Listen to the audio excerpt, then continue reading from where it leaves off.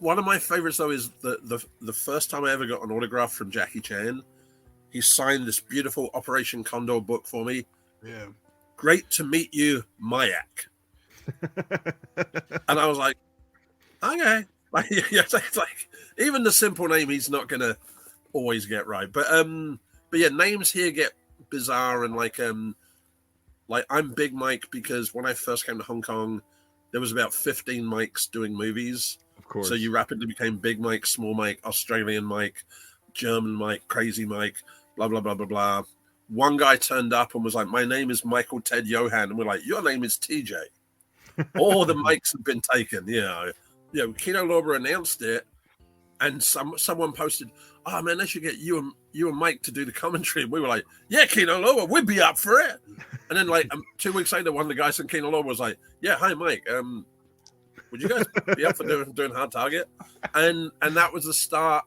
And we've done a couple more movies. We've just, myself and Arne have contributed to the Missing in Action box set for them. Yeah, we did Chuck Guys Norris, Wear baby. Black for them. And when I tracked down Wong Jun Lee for Hong Kong Legends, and I flew out, and this was when the mysterious Wong Jun Lee lives on an island in South Korean Sea. No, he doesn't want you to find him. And I land at the airport, and there's a big sign that says, Master Wong Jun Lee's Taekwondo and Hapkido Academy. I'm like, I don't think he's keeping low profile. We shot like a 7-hour interview with him. Holy shit. Like covering everything. And it was so funny because he began the interview very regal. And as soon as I mentioned, okay, so let me get this right. You were born in Japan, right? Blah, blah. Oh, and I want to talk to you about when you killed the guy in Vietnam. He was like, oh, you got my stuff. Oh, my murders. Oh, yes. Yeah. Oh.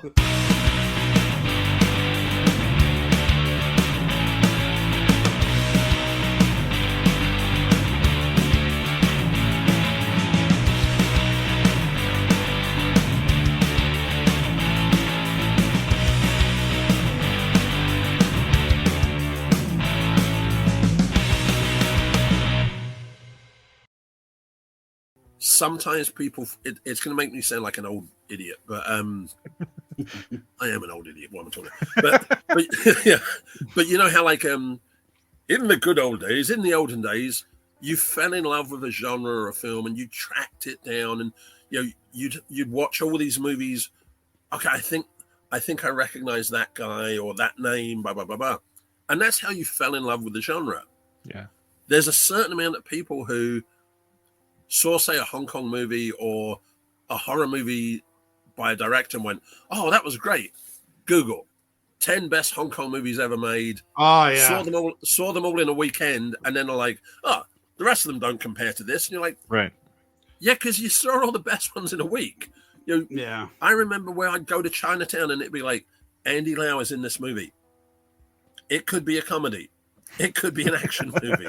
It could be a combination. I think let's go see it. Are we starting the interview yet, or we're just kind of hanging out? I can. Yeah. Let's get an actual intro in then. All right, cool. Yeah.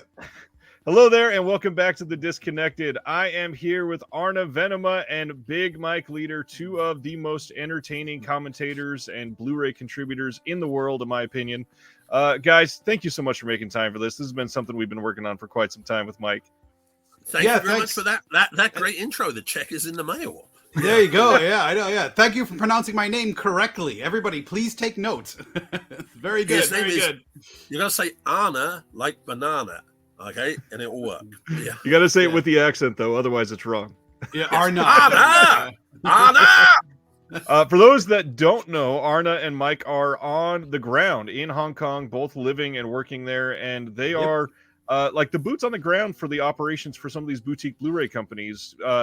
What all do you guys say that you do, even? Because obviously you're doing like 29 different part-time jobs at once, it seems like. Yeah. Mike, you want to go first? Okay. I'm a casting director for film and TV, a producer, an occasional actor myself when the budget's too low and I can't find someone to take the role. I also do consultancy work for a few companies.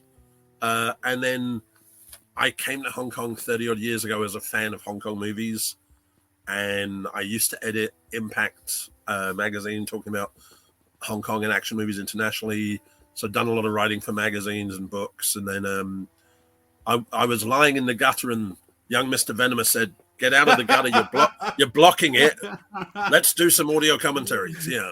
Well, the truth of the matter is we met on a set, actually. We met on a set of a film that never was completed. Yes. And that's kind of where I had a strip club in a comic book shop. Yeah, and I think I was my character Mike's stealing comic something. strip club. Yeah, and I think my character, along with Joe Farella, was stealing stuff from the strip club. Yeah. And then between takes we met. So basically, my background is I run media production companies in Hong Kong. I've also one of my companies is also being a merchandising company. So we work with companies that, like, for example, they merchandise for 50 Cent, Eminem, all that stuff. We worked with HMV, got the clothing into the stores and things like that. I've done designer toys as well. I'm on record labels. I've got albums out, and my production company CFK. We've done a lot of like promo videos, interviews, and everything else for like tons of companies. So we've shot stuff for South China Morning Post, aka Gold Thread. We've worked with Mixmag occasionally. I've just done tons of that. So yeah, media production, like in terms of music, in terms of commercials, in terms of interviews. You name it. So, and I've had the pleasure of interviewing a lot of really cool people. Everybody from like the producers of Street Fighter 2 to Choi Hark, along with Mike, to like, you name it. So, we kind of do a bit of everything, and there's constantly stuff going on. So, and I think you'll hear a lot more in 2023. I'm always doing like basically what I do in the media side, but I've always got little projects going on this side, whether or not. And there's a lot of new stuff coming out in 2023 that I haven't done before, so I'm really excited about that. Yeah, but in terms of like, you make a lot of your own music too, right? Yeah, I mean, I'm on a few different record labels, and I started making music because I was doing videos that were playing in Toys R Us and stuff like that. And I was dealing with musicians, and they kind of were like telling me, "Oh, it costs this much of that, and it takes me that long." No, it doesn't, because I'm making music myself. I started making music for those videos, and then record labels started hearing, going, "Who's making the music for that?" I go, because I couldn't say it was me in the beginning. I go, "It was so and so," and like eventually I had to say, "Yeah, it was me." And then basically, like, I ended up putting out a lot of music with different record labels and stuff. And my music also being licensed by like Adidas to play in stores in here and in China and things like that as well. So nice. yeah, no, the music side's fun. Like electronic music mostly, and I play live a lot as well. I just played live in Thailand for the first time like 2-3 weeks ago, I think. So just got back, so that was really fun. Yeah. So was that before or after the skateboarding we just had accident? kind of like 3 years of lockdown. So after 3 years of lockdown, I went to Thailand, and I landed in Chiang Mai. Never been there before. The night that I landed, I played live with a bunch of guys, Psy Modular and Vox Machina, really cool dudes. Then I went off to Thailand, was there for 2 weeks. I finally off in Thailand. I'm relaxing. I've been out in Hong Kong for 3.5 years. I got back and I was hanging out with Mike Chan, who's been in Hong Kong movies. And basically we're like, we went out like the night before Halloween, and we're like, let's go skateboarding. So we're skateboarding at like 3 a.m. in an area called Checo's beachside town, and I felt like I broke my arm. So like it was right here, So yeah, as you do. So yeah, that's how I ended up my vacation days. I would have broke my arm. See, he's the wild and crazy one. I've retired from all that. Yeah. Do you guys know how many audio commentaries you've done together so far? We have a rough estimate. I try and keep track of it, but to be honest, it's a little hard sometimes. We're around the 80 plus mark right now. So we're getting close to 100. So I have an Excel sheet with all the stuff on there. Good. So I'm the one who keeps track of all the stuff like that. Yeah. I meant what I said at the beginning. You guys are obviously one of the most compelling, energetic, exciting people to listen to on some of these commentaries. And what, obviously I can just gush all day long, but what do you think you bring? Please. Go ahead. What do you as a team bring uniquely to some of these commentaries, just to try to entice some people to listen more? How to say, like, I think it's we like to keep it. Yeah. I think we're huge nerds. And I was trying to find a nice way to say that. Yeah. I think back in the day where it was not cool to be a nerd, now it's cool, and basically do audio commentaries. No, I think we like to keep things kind of loose and fun. I mean, we know a lot about these movies and stuff, but I think our main concept with it is just keep the energy there and have fun watching it. And I think it's the same thing with any media production that you do, like be it music or film, whatever.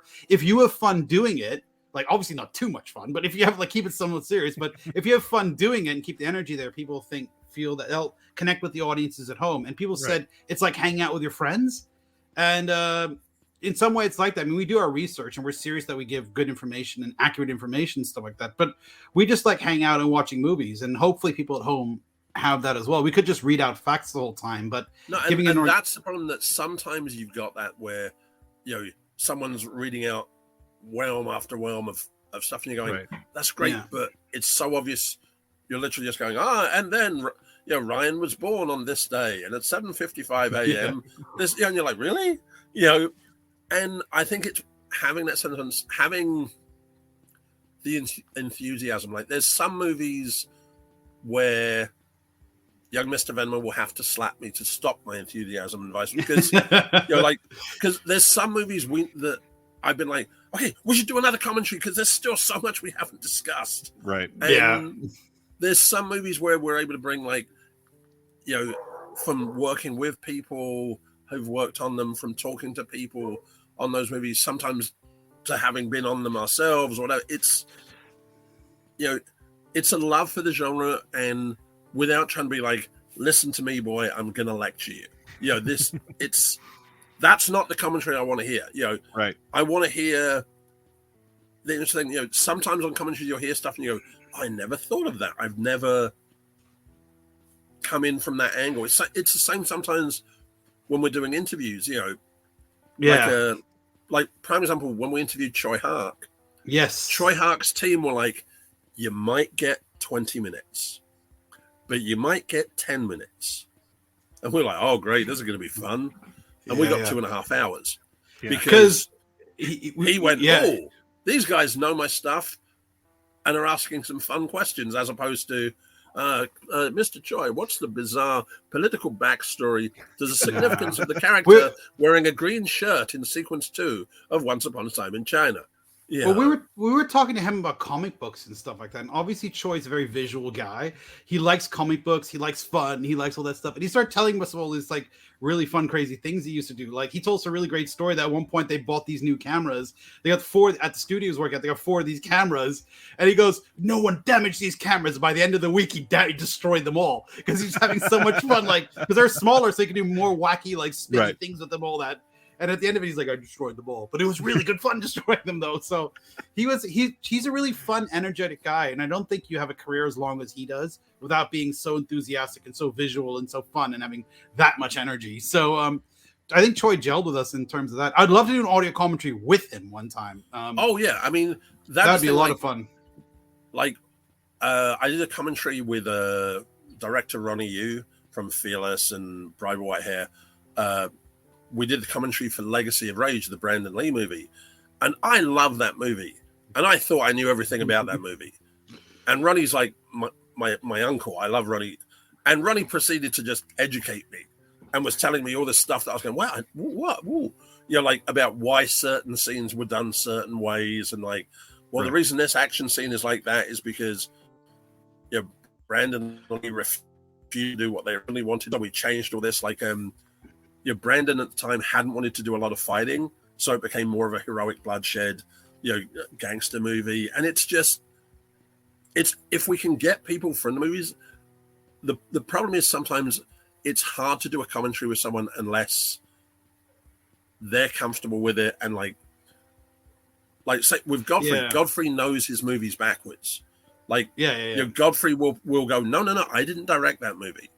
I directed this movie, and no, I didn't do that. And like Robo Vampire, Godfrey did not direct Robo Vampire. Like everyone claims that, and Godfrey was like, "No, I didn't direct that movie." But he's, you know, he doesn't take credit for stuff he didn't do. He's very aware of what he did. He's very aware of why he did it. Now, why did you do that? Because it made money. So we did another one. And you know, and he has a very good memory of his stuff. Sometimes it is scary that you interview people and go, they have no memory of this movie. They have no memory of the situation, you know.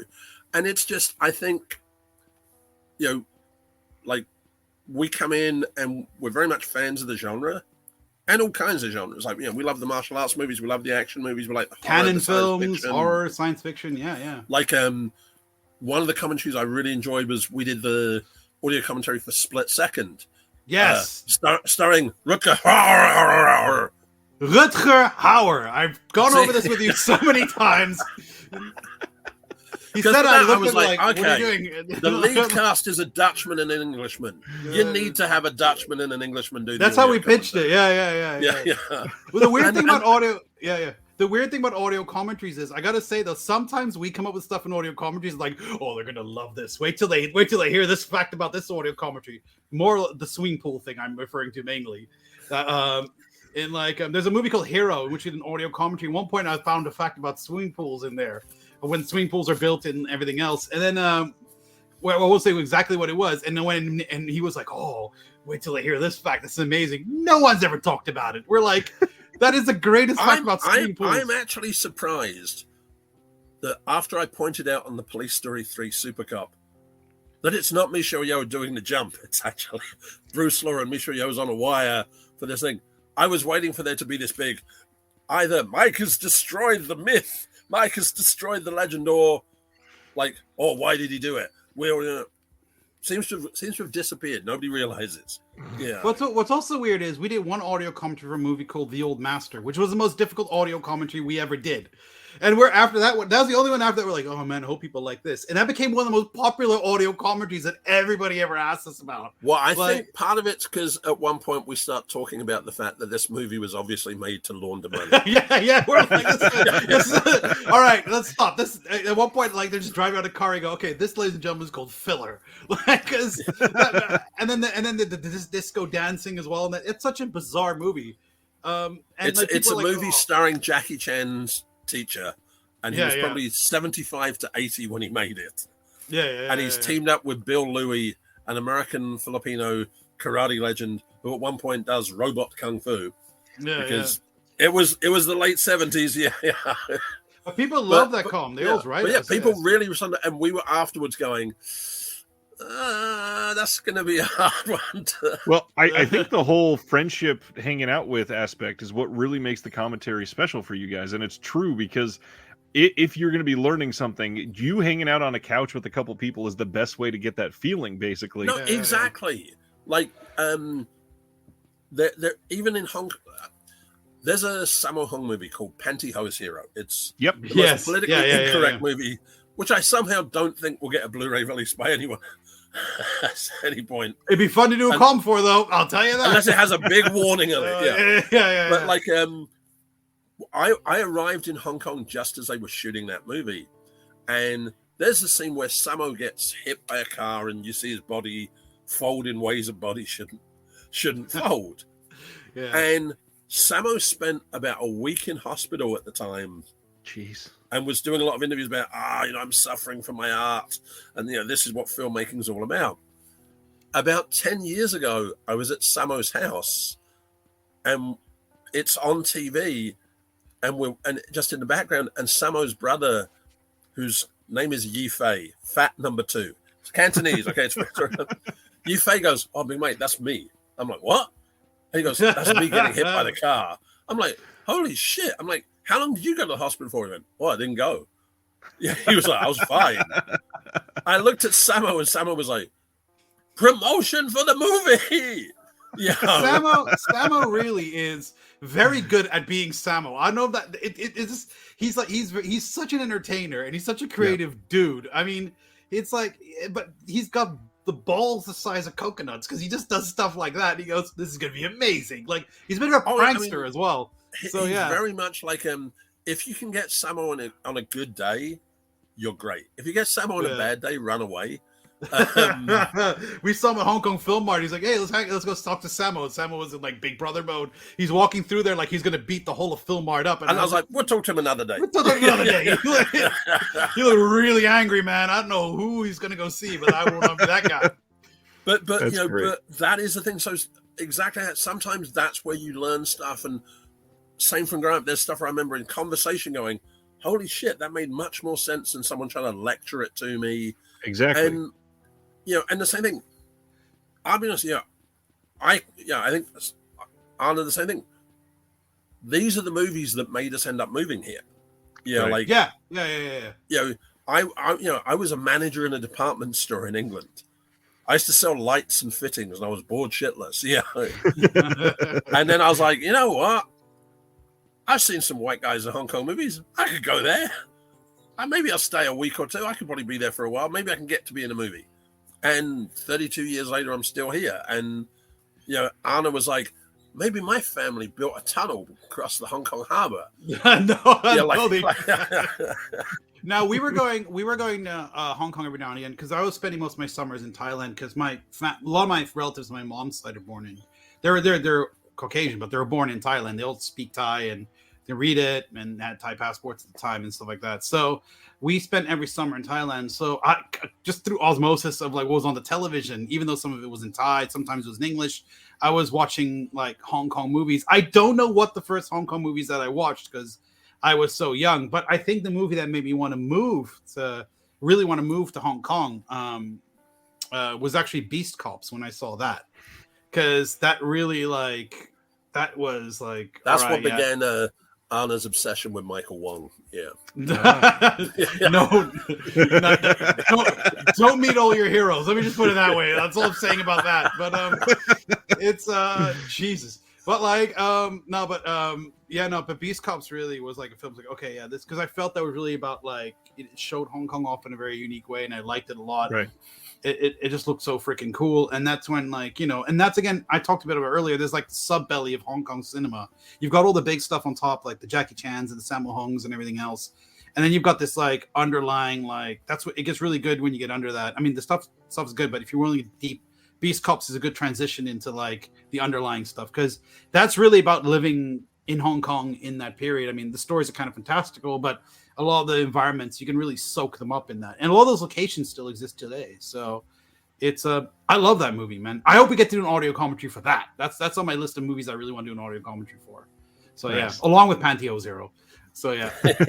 Maybe someday we can never get past it. Double Impact's a big one for us, man. Someone out there, give us Double Impact. Give us Double Impact now. A couple of years ago, it was a very bizarre weekend. I was hanging out with Jean-Claude Van Damme, and we were having an argument. And I was accusing him of being being an idiot. Yeah. And he was like, oh, okay, Mike, when am I not an idiot? And I was like, when you teach martial arts, when you're teaching karate, you behave yourself. And he was like, okay, Mike, call 10 of your friends. I will teach them karate tomorrow. Yeah. Okay? So it's about 10 o'clock at night on a Saturday, and I'm messaging Arne going, hey, tomorrow, I need you and Joe to shoot this. I need like about 7 or 8 people to come and learn martial arts from Jean-Claude Van Damme. Yeah. So Arne calls up a bunch of people. I call up a couple of people. Next day we all meet, and I'm like, okay, guys, you wait here. I'm going to go at the ground floor of Jean-Claude's building. I'm going to go and get Jean-Claude. I go out there, and it takes an hour to get Jean-Claude to come down. Yeah, people downstairs. He's like, why are these people here? What do they want? I'm like, you told me to call them. No, I didn't. I'm like, yes, you did. Mike, I don't have a karate gi. Aha, but I do. Oh, okay.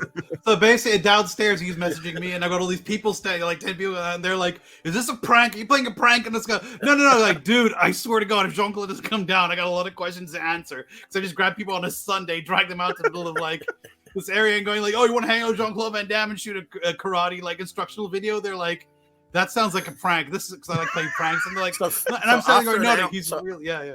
After an hour, I bring Jean-Claude down, and he's very amiable and very friendly.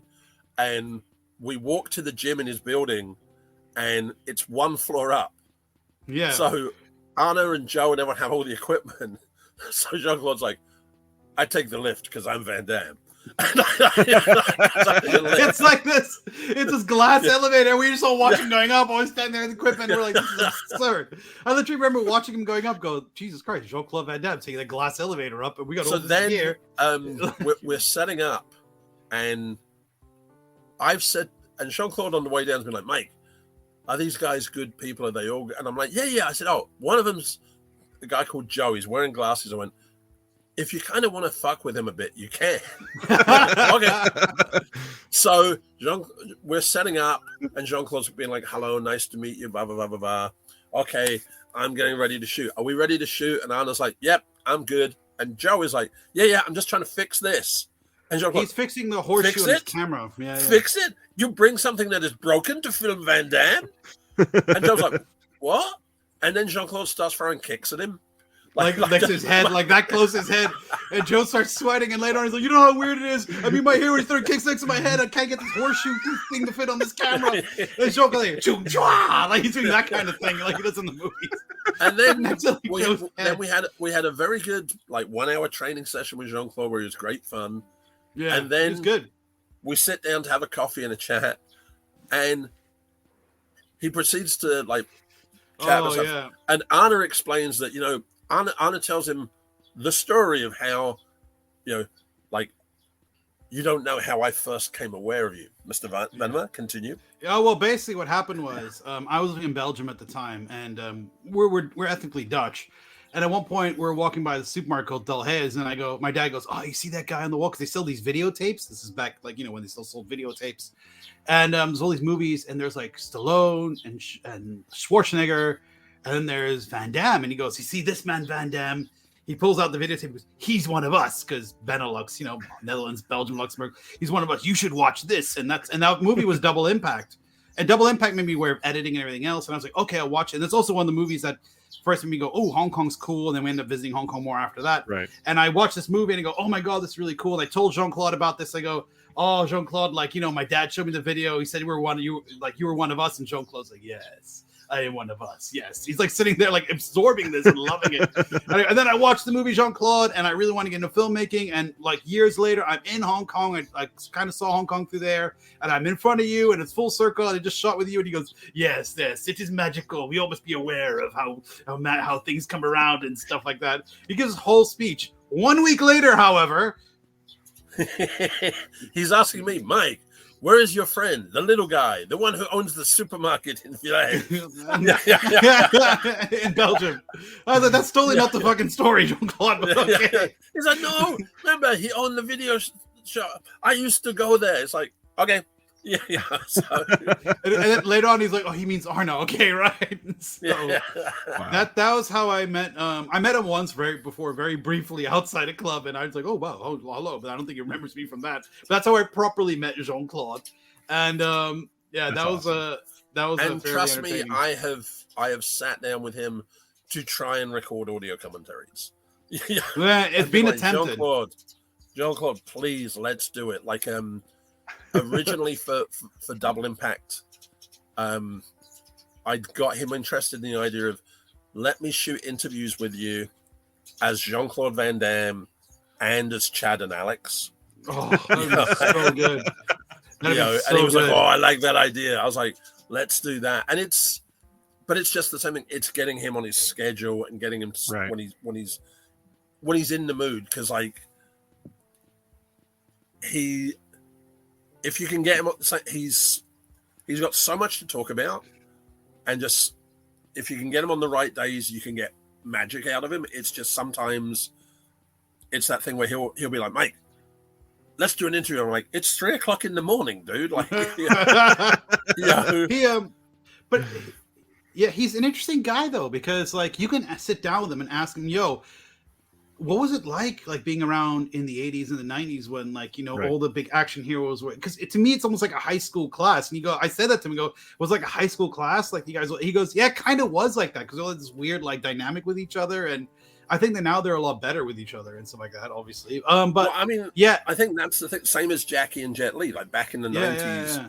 Jackie and Jet Li would constantly snipe at each other, of course, with Jet Li taking it further with High Risk, the entire, and then claiming, I didn't know that movie was making fun of Jackie Chan. Honestly, Jet Li's a smart guy. Yeah. With the interesting dynamics, I got to ask, how do you guys feel about the martial arts and kung fu fandom nowadays compared to, say, 15 years ago? Because some people would say like the early 2000s might be like the golden era of fandom for this. It depends, because like when I first started getting into Hong Kong movies, I had to deal with some of the fans who were like, "Oh, you can't watch that movie. You're not ready for it yet. You're not." Yeah, like, and I'd be like, "What?" Yeah. And they're like, "Oh yeah, you need to work your way up." And gatekeeping sucks. Yeah, and it's as we said, like I completely understand. Like, there was that time where we'd all go to see movies. I remember going to see A Better Tomorrow, and the poster looked like it was a bunch of school teachers. So my friends were like, "Oh, we'll come later for the second show." And when my friends arrived, I was like, "You do not know what you've just missed. This is like this incredible action movie." But I would never be like, "Oh no, sorry, Ryan. Before you watch A Better Tomorrow, here's your homework. I think you need to watch Headhunters with Giant Fat. This show. You need to watch T-Lung and Avenging Eagle, and possibly such and such." But I think that's the problem, that it's like there is a section of it where some people as well don't seem to understand that some of these movies didn't travel. Some of these movies only played in certain markets. Yeah. And the good and bad thing of social media is, like, some people who appeared in those movies have reinvented themselves very heavily on social media and had much bigger careers than they really did. And it's like it's funny because sometimes you'll get those kind of like prime example. We had finished up on the movie Abduction with Scott Adkins, and I was bringing Scott back to Hong Kong so he could fly out. So, like you do when you've just finished a movie, we're on the slow boat back to Hong Kong, and Scott's like, "Okay, Mike, what movies have you got on your computer? What can we watch?" And I'm like, "Well, I've got the uncut version of King of the Kickboxers." And he's like, "Okay, I want to watch that." So we start watching it on the ferry, and Scott starts live streaming, like, "This is what it's all about. Like, I just finished making a movie with Mike. Now we're live streaming, watching King of the Kickboxers." Lauren Avenden called me at that point. And I handed the phone to Scott, and Scott became an 8-year-old boy. Yeah. And Scott was like, "I met you when I was a kid, and like it was at an event in London, and I asked you if one day if I trained hard, could I be a movie star like you?" And he goes, "And Lauren, you looked at me and smiled and went, 'Sure you can, kid.'" And that meant so much to me. That's amazing. Lauren's like, "Who are you?" And then Scott, Lauren, I get the phone back from Scott, and Lauren's like, "Is he taking the piss?" I'm like, "No." I was like, Scott is one of us, and that's the thing. Like, there's certain people like Scott. Scott knows his movies backwards. He knows everyone else's movies backwards. Scott is very much. He's not an action star slumming it. Like, there's some people who are like, "Well, I'll do these action movies and then I'll get to just do my dramatic roles, and action is beneath me." Scott loves the action. Right. Scott knows it's hard. Scott puts in the training. He knows all the things he has to put up with, but he's doing it because he loves it, because this is the stuff he loves. And that's why you can see when you watch like Accent Man 2, for instance, he's throwing it all down. And I think that's what sometimes people forget. And the same way I think sometimes fans sometimes forget that nobody sets out to make a bad movie.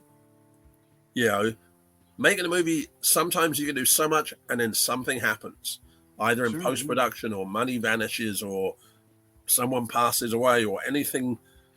Like, you look at The Crow, for instance. If The Crow had been done by Canon, they'd have just been like, "Oh, it's okay, just shoot his legs," and just like it would have been the worst way to finish that movie. Whereas Miramax were able to go, "Okay, let's spend some time and money and do it in a way that honors Brandon, complete the movie."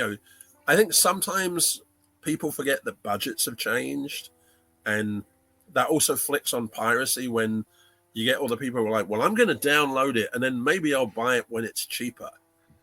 I'm like, guys, you can't do that. It's right. And there's still this thing where people think they're sticking it to the man, and you're like, "No, you're not sticking it to the man. You're sticking it to the hard working boutique label. You're sticking it to, you clown." Like that is the problem. Like, to now get like a 30-day shooting schedule for something like a Scott Adkins movie or something. You've had to pull in some heavy shit to get to that schedule. And it's like whereas in Hong Kong, you can do a movie in 15 days, and you like and you can turn it around and you can do ridiculous hours. You can't always do that in the West, and sometimes you're very limited by it. Like the longest I ever spent on set is tied for 2 movies. Once Upon a Time in China Part 2, I think I was on set for 60-something hours because we were doing the reshoots, and we finished the reshoots on the Monday, and the movie premiered the following Saturday. You know, and then another movie called Invincible, starring Billy Blanks and Jerry Trimble. It's a French Foreign Legion movie shot in Hong Kong. Completely mad movie. The director, the movie stopped production for 6 months because the director beat up the main actor. As you do. And then when they finally all came back together, they brought everyone back for the ending, and they brought back Billy Blanks, Jerry Trimble, and Stefanos Miklos. And we had 72 hours. Oh, geez. And because it was literally like, okay, as soon as these guys wrap, they're gone. And people don't get how hard you're working. And right. It's, people forget on something like, on a big Hollywood movie, they'll forget, yes, Fast and Furious had 3.5 months of prep and this much time for shooting. And it still looks like a video game. These guys went out and did it for real. And I think sometimes, people forget that times have changed, budgets have changed, safety issues have changed. Laws have changed. I was going to say that. A lot of laws have changed as well. There's a Hong Kong movie called Fatal Termination, where at one point a friend of ours, Mike Abbott, is the wild-eyed foreigner kidnapping a little girl. And he's holding a little girl. Well, okay, it's a fake arm on a brace, on a holding arm, out the window of a speeding car that's driving through real traffic, and it's not a controlled road. And she's swinging through it. The stunt coordinator of that is a guy called Ridley Choi Boa, incredible stuntman and coordinator. And he was always like, Mike, that was safe. That was perfectly safe. And then when he had a kid, I was like, so would it be safe if we did it with your son? No, that would not be allowed. And I was like, oh, but a week ago it was safe because it's not my son. And you go, action movies, you take some serious knocks. Like I was laughing about Arne, breaking his arm skateboarding. I was doing a movie in Vietnam and I completely dislocated my shoulder and then had to spend half the movie with a sling designed into my jacket. So for half of the movie, I'm constantly like, aha, hey, how you doing?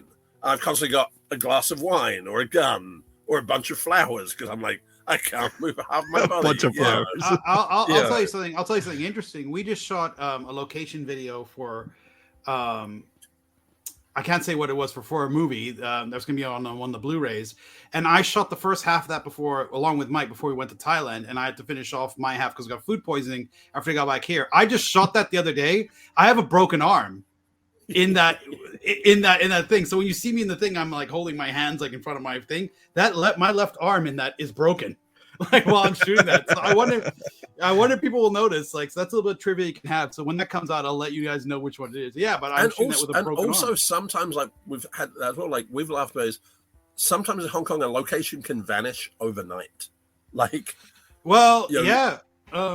Yeah, we had that when we shot the Police Story location video. Like the last day that building was going to be knocked down, which is the building that from that, like Jackie Chan like walks out there with Michelle Yeoh and stuff like that. We walk up to there and I go, oh my God, this is the building they were in because we found the location. And then they go, oh, we're about to knock the whole thing down. And as we're about to tear down the sign, can you leave the sign up there for like 10 more minutes while we stand in front of them? They go, this is the old building. And they're like, why? It's for this movie. They go, oh, really? We showed them the scene. They go, holy hell, yeah, that's where that's from. So we shot that. And then literally after we turned off the camera, they knocked that entire front of that building Jeez. Down. So that's the last footage we ever got of it. Yeah.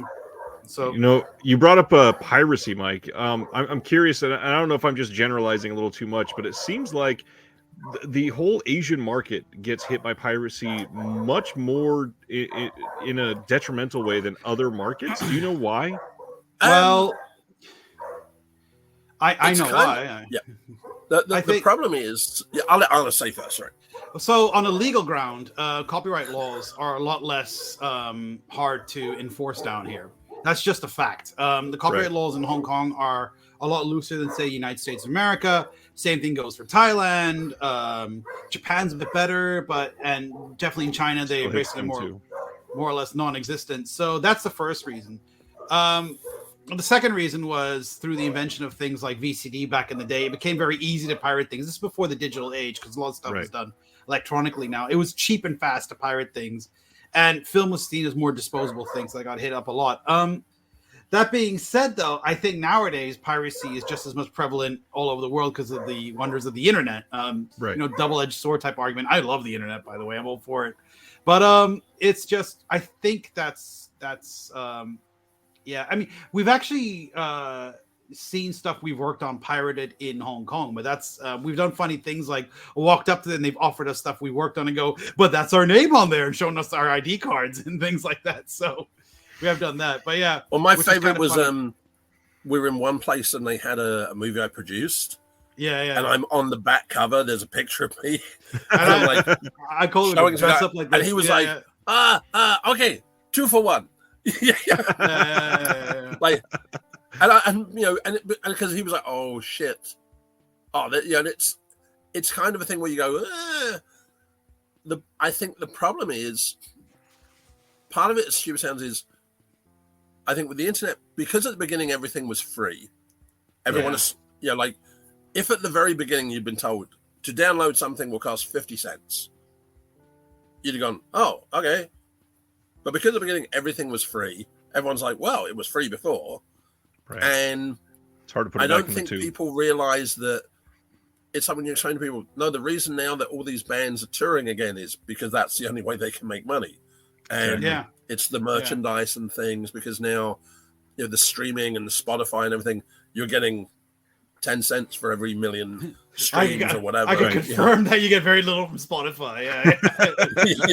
I don't understand. Just a quick side note. How the hell was Napster illegal back in the day? Artists make no money. You can't give this stuff away for free. But Spotify comes. I got a check for like 10 cents the other day. I'm like, and everybody's like, oh, this is legal. This is fine. I'm like, who got away with this? Like, is it Napster in disguise? Because this is absurd. Yep. Like, it's the revenge of Napster. Yeah, it is. But I think the problem is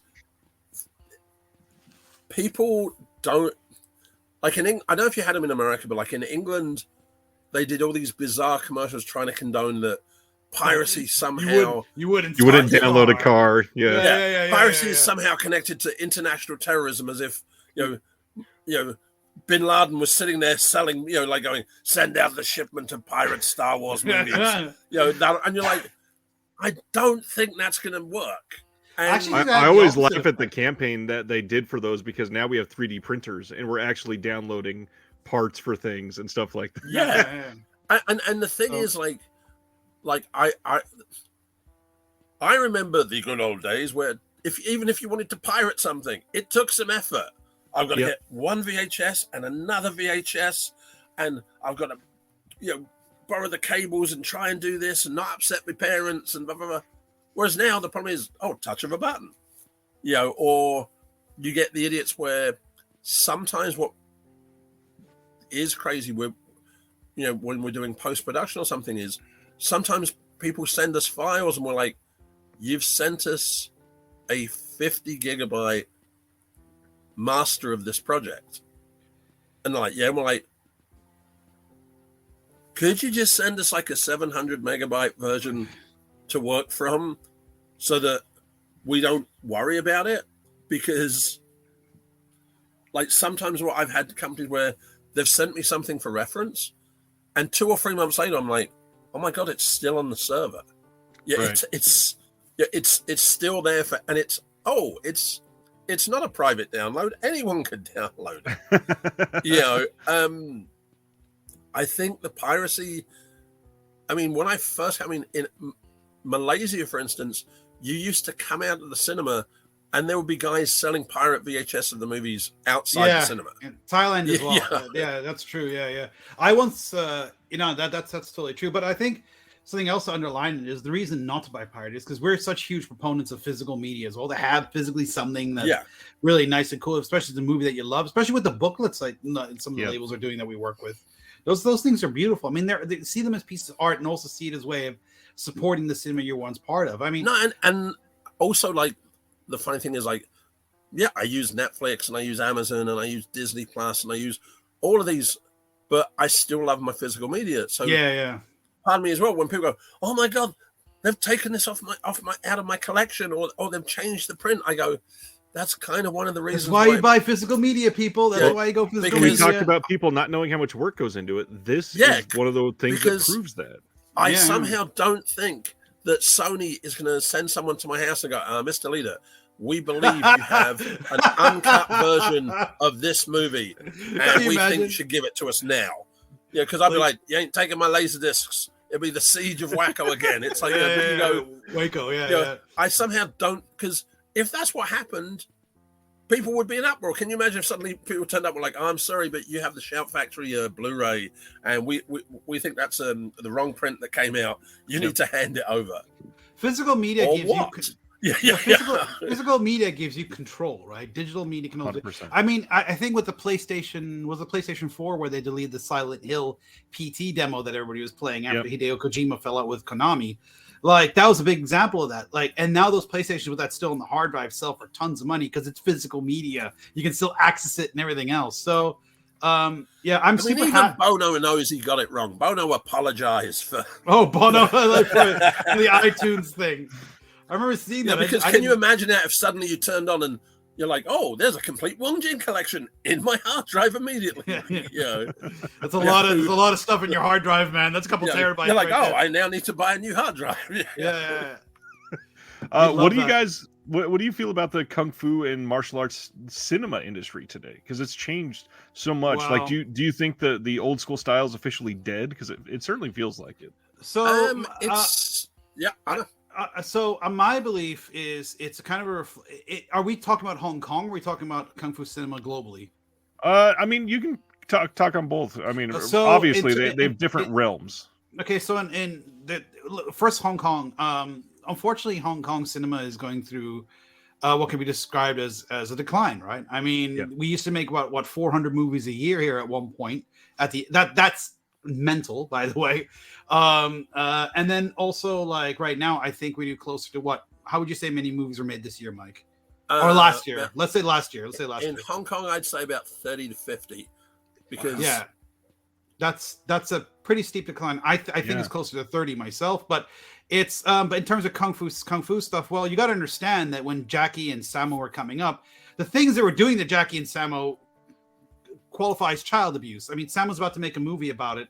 I don't know how far along that is. It's basically like Painted Faces, but more realistic. Yeah, it's and the thing about that is that the way they used to train people and everything else coming from the Chinese opera backgrounds and stuff like that, that's not possible anymore. A lot of people also don't have time to take kung fu or whatever else it is, or learn all the gymnastics and acrobatics with that. So Hong Kong is going to go into decline in terms of the amount of people that can perform these stunts. Beyond that, except for maybe Hit Hut, there's no real like schools teaching martial art action in Hong Kong anymore. And a lot of people just don't have the time. They'd rather go off and do karaoke or go to the movies, ironically, or play video games and stuff like that. So there's a lot of distractions toward that happening.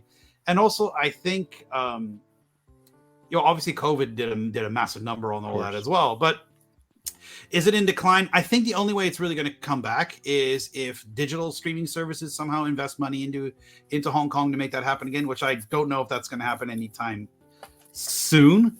I don't know what Mike thinks about that. I hope that would happen. But in terms of ripple effect, I think Hong Kong is quite significant, because if you look at the Tony Jaws, if you look at the guys, all the guys who basically worked on The Raid, Mike knows them a lot better than I do, but I suspect they were all influenced by Hong Kong cinema. So I think the ripple effect that came out of it, like Hong Kong was a stone in the pond, in terms of what came out of that, that's quite interesting. And I think I have high hopes for countries like Thailand and Indonesia eventually to kind of pick up a lot of the mantle. That's kind of where I stand. Modern kung fu cinema from Hong Kong, we're not going to see another era like Shoals anymore. I think Hong Kong's heading toward a more The crime genre has been very successful in Hong Kong in the last few years. We've seen that, but recently we saw Louis Coupe put out a cool mech-based cyberpunk Hong Kong take on, like, you know, all that kind of thing, because he loves Iron Man. So yeah, I don't know. Mike, what do you think? He is Iron Man, okay? Yes, he is Iron Man. Yeah. Trust me, I've been to his office and he's dressed as Iron Man at times. Yes, yeah. He loves Iron Man. No, I think part of it is, for the longest time, Hong Kong was like a perfect market. Right? Yes, yeah. Like, okay, when I first arrived in Hong Kong, you could pre-sell movies so easily depending on cast and everything.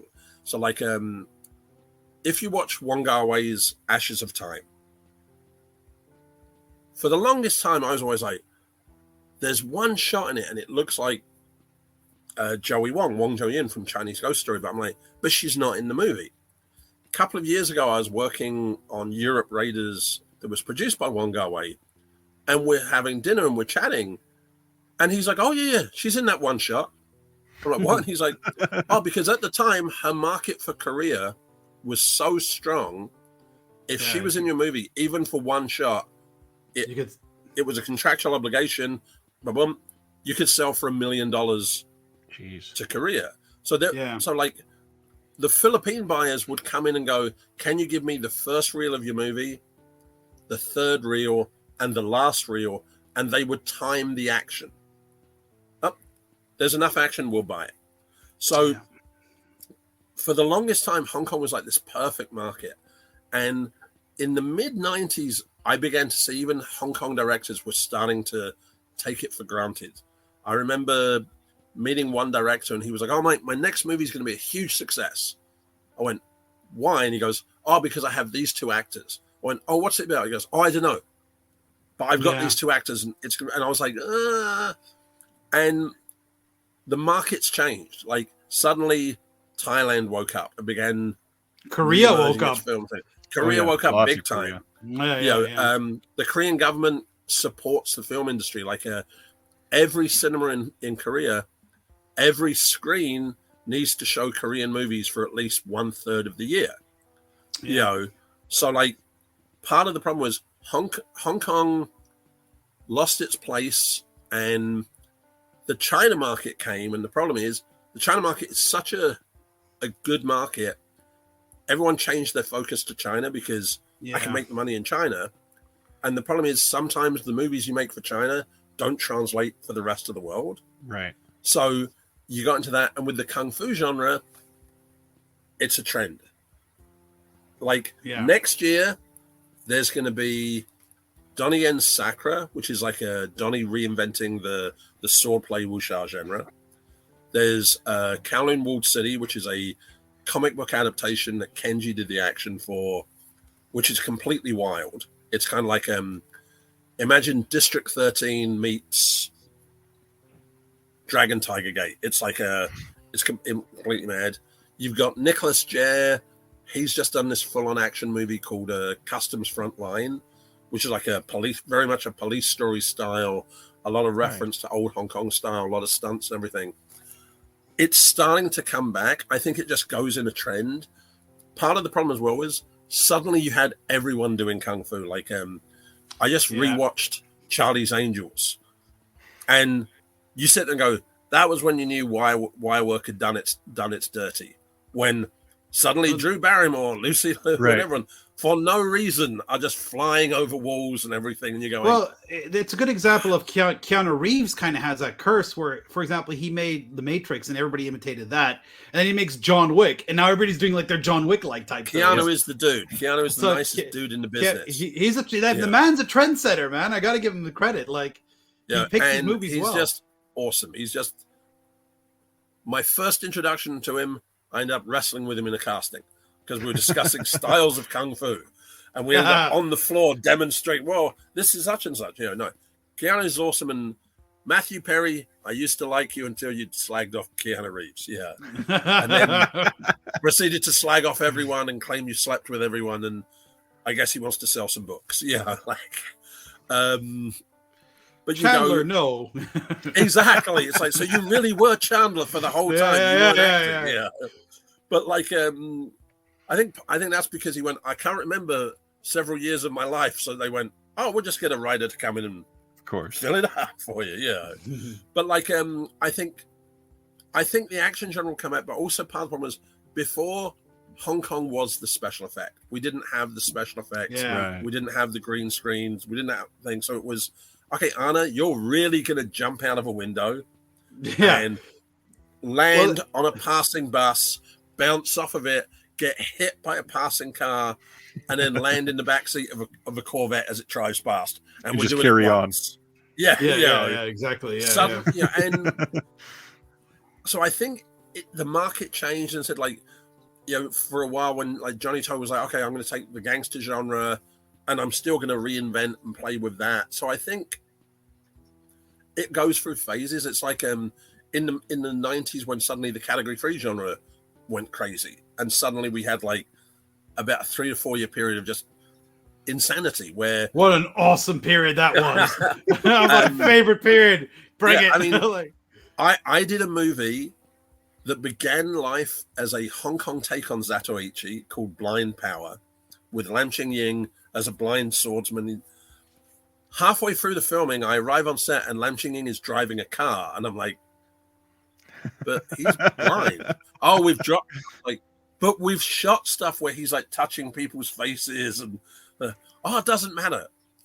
We finished the movie as Sad Story of Saigon. Movie comes out, opens in Taiwan, makes no money. What's popular at the moment? Category 3 movies. Okay, let's add some Category 3 scenes at the most inopportune moments. So imagine Ryan, Anna, and me, we're sitting in the house. Suddenly someone runs in. The police are outside. We're surrounded.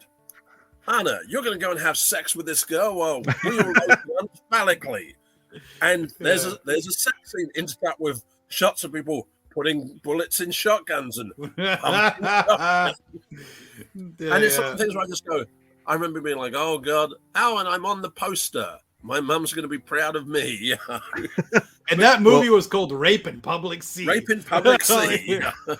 Makes no sense, that title. I love it. Go, okay, but you go, the market went bizarre. I mean, so I have a feeling in China, the Kung Fu genre will come back because there's some incredible talent. And a lot of the Chinese streaming services, like iQIYI and Tencent, are pumping out a lot of Kung Fu movies, and they're revisiting things like Vincent Zhao just did a Fearless TV series, which if not for COVID, I would have returned as referee Randall, but this time I would have got to fight.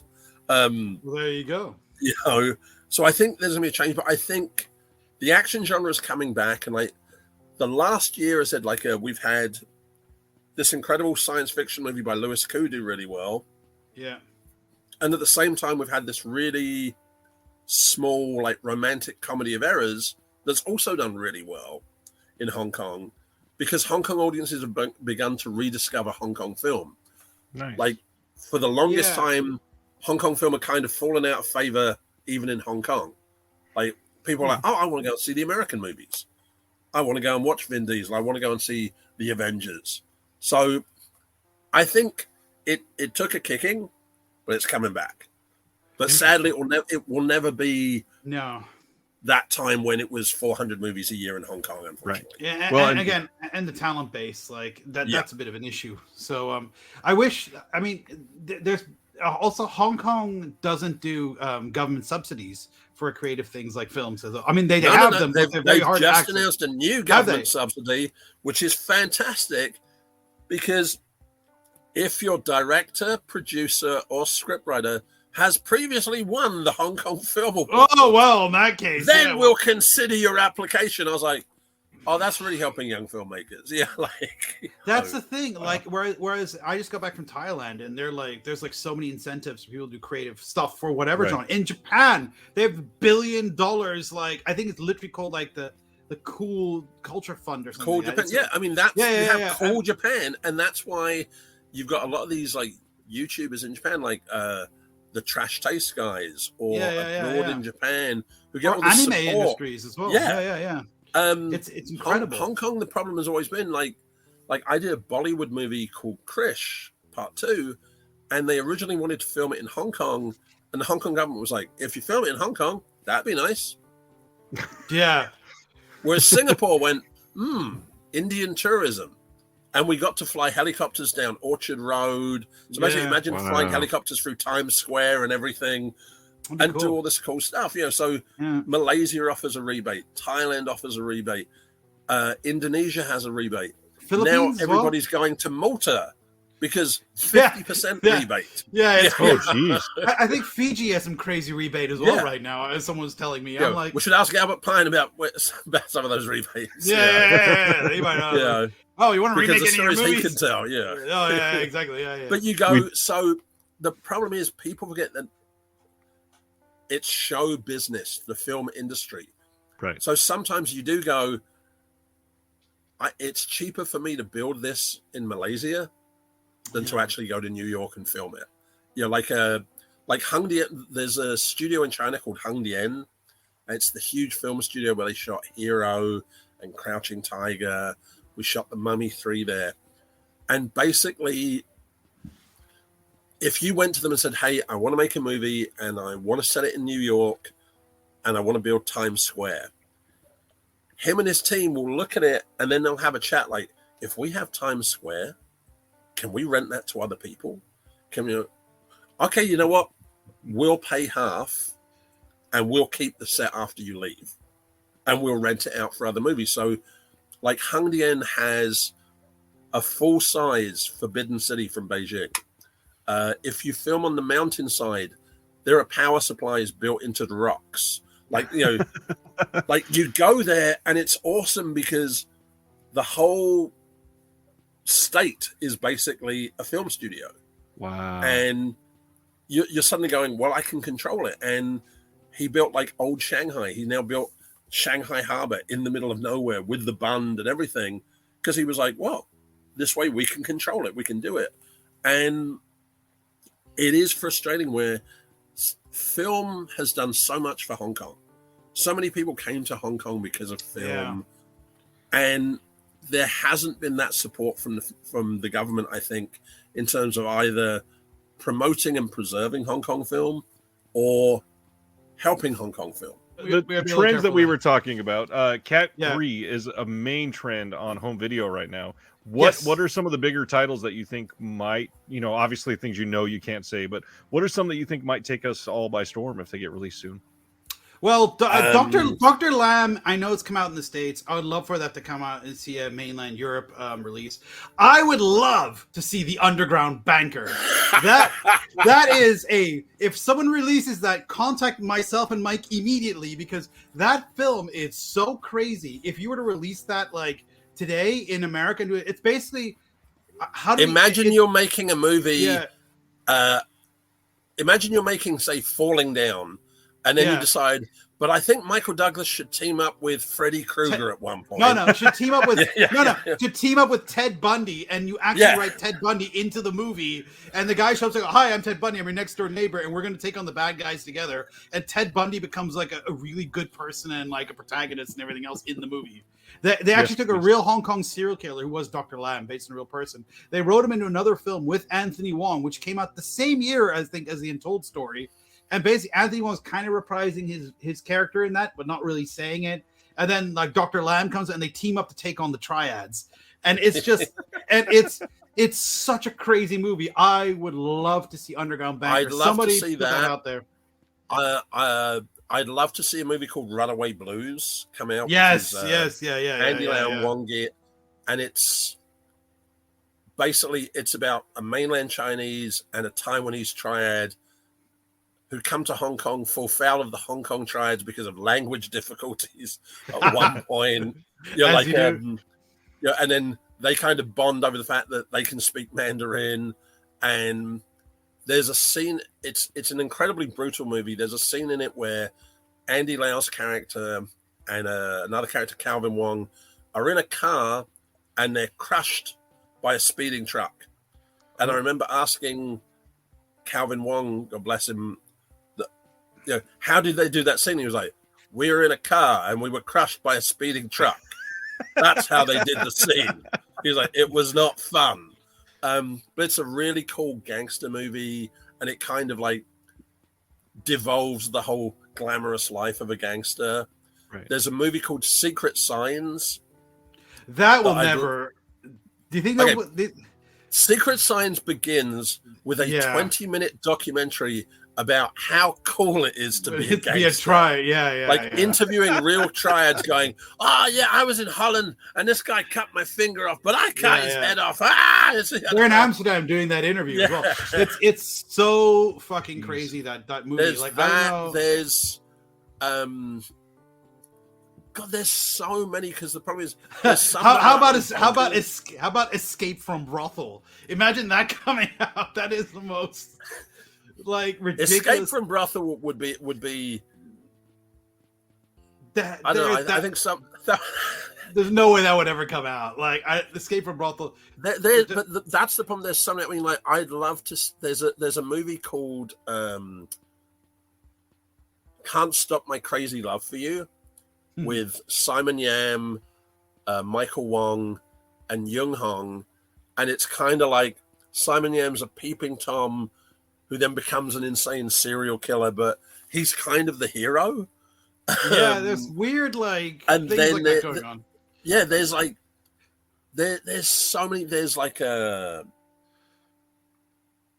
it's. That's the problem. There's so much Category 3 goodness out there, because you go, which level of Category 3 goodness do you want? Do you want the sexy? Do you want the gory? Do you want? Yeah, we haven't really touched the sexy much yet. Yeah, there's. I mean, that's what she said. Chinese torture chamber story. What about that with the flying? Okay, so people have sex through the air and flying. Chinese torture chamber story, of which the best would be if we could get Bosco Wong, who directed it. Yeah, because basically Bosco used to be one of Wong Jing's assistant directors, and he was trying to get out of his contract. So Wong Jing said, hey, I want you to make this movie, Chinese Torture Chamber Story, which basically is about a woman on trial because her husband died. And the reason he died is his dick is so big that when he, shall we say, climaxes, he dies of blood loss. Yeah. Which is, that's a weird condition to have. Which we really is. Which we see in silhouette, set to a Chinese erwu playing Unchained Melody. And at one point, as you do, the infamous Julie Reaver is flying through the air having sex with a guy, Elvis Choi. Elvis Choi's amazing, while they're flying through the air having sex. And I introduced Arne to the stunt coordinator, and he was like, that girl was crazy. Because Elvis has like a jock strap on, and basically that's it with the wires on it.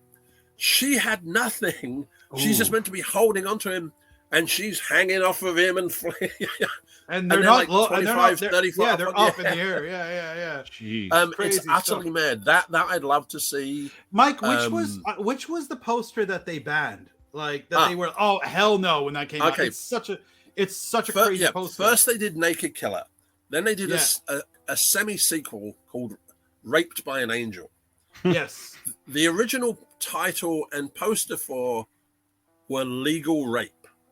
Yeah. And the poster was Simon Yam dressed as a judge with Chingami Yao seducing him while the main actress sat there naked, crying, holding the book of law, with the title Legal Rape.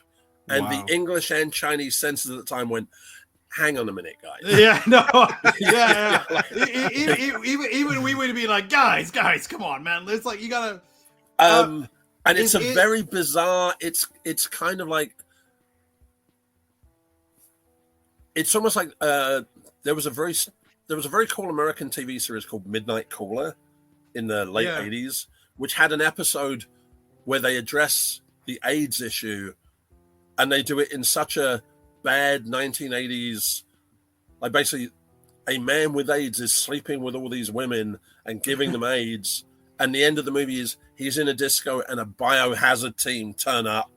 And basically Raped by an Angel 2 kind of touched on that thing of like, someone is getting away with this and committing the crime. Because the problem as well with some of those movies is some like Hong Kong did not handle AIDS very well at the beginning. Right. Yeah, some of our audio commentaries like- reveal. Yeah. Like there's a friend of mine, a Wing Chun teacher, Stephen Chan, and on one of his books, he's standing there in the introduction wearing a shirt that says AIDS Busters, and it's the Ghostbusters logo, but with a bottom on it. And so a lot of Hong Kong humor about AIDS was very. It's not There's a politically Frankie correct. Chan movie Yeah. where someone has a bad rash and refers to it as AIDS Kung Fu and stuff, and you're like, okay, guys, I'm not politically correct, but come on. So, Yeah. They're not very there's politically correct in Hong Kong overall. There's a lot of stuff on the category 3 that, like, from the sexy. I mean, like, you've got your Sex and Zens. There's a really cool movie called My Wife's Lover, starring Maria Mock, which is actually a kind of intelligent and well-handled tale of lesbianism, but with lots of, like, Playboy style channel nudity. The funny thing is, there's a movie called 20-something with Teddy Chen, and that was marketed as a cat-free sexy movie, where it's actually a very, very good drama about young people in Hong Kong dealing with their sexuality.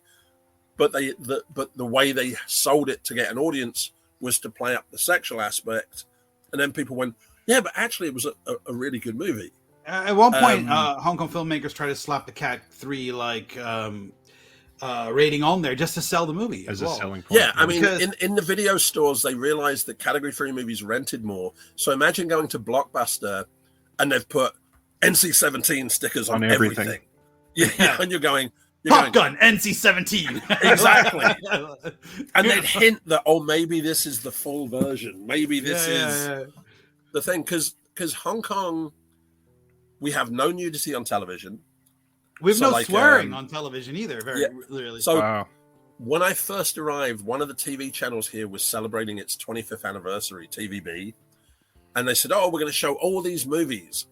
And one of them was Emmanuel. And I was like, how the hell are they going to get away with showing Emmanuel? And then I went, wait a minute. They're showing Emmanuel at a 2:00 in the morning slot that's 60 minutes long. Oh, gosh. Cut to hell. So I went, okay, I'm going to stay up and watch this. And Emmanuel got on the plane to Thailand, and the plane landed. And I went, no need to watch any more of that movie. Yeah. Well, what's really interesting is, remember when Ichi the Killer came out here, and they cut like 30 minutes out of that movie? Yeah. Ichi the Killer is one I love. Takashi Miike is one of my favorite directors. Yeah. We would love to do more audio comms for Japanese films, by the way, if anybody's listening. But basically, Ichi the Killer is a crazy, violent Japanese film. People's faces getting cut off, and crazy stuff. Yeah, I love it. I love Ichi the Killer. And there's a Hong Kong version that was out for a while. I actually got it. I don't know where it is, but I just bought it because it's so ridiculous. They cut about 30 minutes out of that movie. It's so, and I watched it going, oh yeah, here we go, because I've seen the uncut version, and I was laughing. I was like, the cuts are so brazen as well. You're just like, because Hong Kong censorship is a very gray area. Like it's really like, weird. Like as we've said, you can swear in English in a Hong Kong movie. Yeah, you can say fuck and all that stuff, no problem. But you can't swear in Cantonese. If you swear in Cantonese, you immediately get an NC-17 rating, and they'll try and bleep it out as much as possible. In many cuts of Dr. Lamb, it's bleeped out, the swearing. So often in a Hong Kong movie, you'll have people swearing in English, but when they swear in Chinese, they're saying, you frickin' mother bother. Because it's like, we can't you Billy say boy. It. Yeah. So when we did the video game Sleeping Dogs, I'm recording all the audio tracks in Hong Kong, and the owner of the studio kept calling out going, Mike, is there a problem? Because every time she'd turn on the feed from the studio, she would hear like Sammo Hung or Eric Chang swearing at their most extreme. Because we were like, yeah, we want the swearing. And if you've got more graphic versions of what you want to say, and Chinese swearing is an art form. Like, it's really, it's really like crazy. Go die in the streets. And it's like, and also it's like, I do this not only to you, but 7 generations back. And, yeah. So like, we had all this real full-on swearing going, and the people at the studio were like, is everything okay? I was like, yep, it's all good. It's for the game. And then when the game came out in Hong Kong, parents lost their mind because their kid's playing a video game and they walk in and there's their 7-year-old kid listening to a game where someone's going, "Motherfucker, I'm going to kill you right now." So that's a really fun story, censorship in Hong Kong is always weird. And there's with nudity, it's very weird, and also there's this bizarre thing of Hong Kong of it's okay for a guy to jump between Category 2 and Category 3 movies. Yeah, that's so strange. Simon Yam.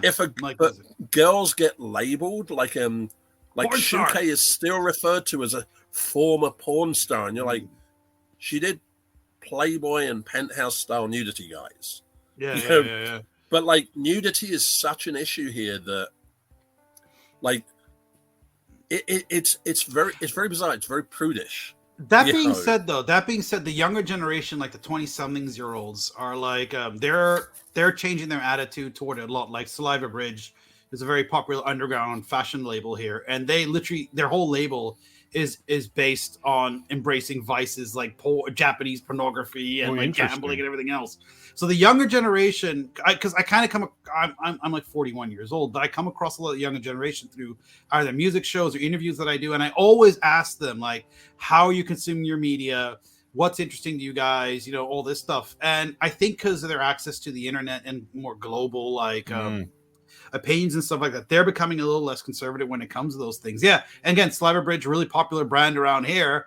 And they literally, their cornerstones are embracing gambling, Japanese pornography and everything else. And they made a t-shirt that was really popular. I don't know how much can we swear a lot on this? As much as you want. Yeah. This is what they made a t-shirt. This is the brand that was on a lot of it saying "Fuck Boy Advance." They took the Game Boy Advance thing. They printed on sweaters, and tons of women were wearing it and tons of guys and everything else for a while. It was a big it was a thing here as well. The funny thing, because the funny thing here as well is some stuff people start wearing and then they don't realize what it means. Yeah. Recently, one actress had started wearing a Pornhub T-shirt and doing these interviews until someone Googled it, and then she was suddenly a pariah. And I'm like, oh my god, she was like, I just bought it because it looked funny, it looked nice. Yeah. So the funny thing is, we'll often get the thing where they'll make fun of people who joke about Westerners having random Chinese characters or something on their shirt or on tattoos, but you'll see it's not common to be on a bus and there's some 85-year-old Chinese woman wearing a shirt saying porn star or something, and you're going, does she have any idea what that means? Yeah. No. That's I love it when you see the older ladies wearing stuff like that. You're like, whoa, hey. That's not what you think. Oh, but it looks cool. The graphics are good. No, but that means really different. Right. So it's very you got to be a bit careful with that stuff. So yeah. Let's get to the fun part. I'm curious. Obviously, you guys are known for martial arts commentaries mostly. You're breaking out. You got Kino Lorber stuff coming out with Missing in Action. What do you really want to do? What is on the wish list that you're not Japanese films? For? I want to do Japanese V cinema. That's what I really want to do. Mike, what do you want to do? I would like to do Edwardian costume dramas. Yes, exactly. Yeah. No. The same thing. There's so much at it. More canon stuff. Yeah. I'd love to do more canon because canon is the reason I'm like this. I blame canon for everything. Yeah. Don't we all? Yeah. But I'd love to do more stuff like canon. I'd love to do things like Bloodsport or American Ninja 2. American Ninja movies. Yeah. We love the Hong Kong movies. We love the martial arts movies, but we don't just watch them. We watch everything. So it's I went to high school in Italy and I consumed tons of Italian giallo films when I was there, and nice.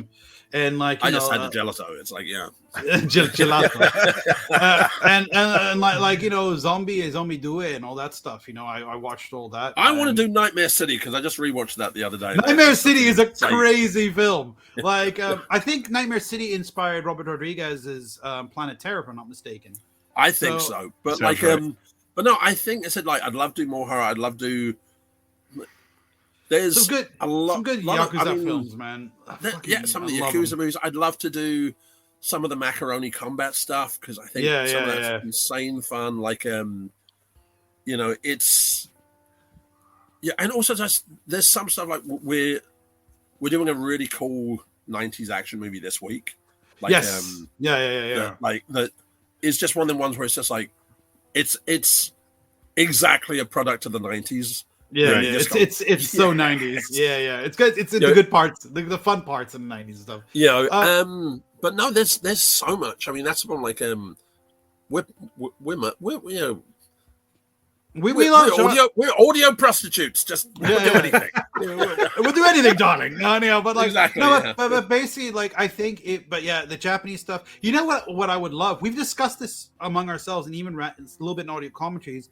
We would love for some label to go to Taiwan and find some really cool Taiwan films that are not even being subtitled or anything else, and release those, because that is a gold mine, man. Like we've kind of touched on some stuff through the Kung Fu, because there's some weird like crossovers between Hong Kong and I mean, Taiwan had its own kind of subgenres. It had like Taiwan black cinema, which is like the super violent gangster. Yeah.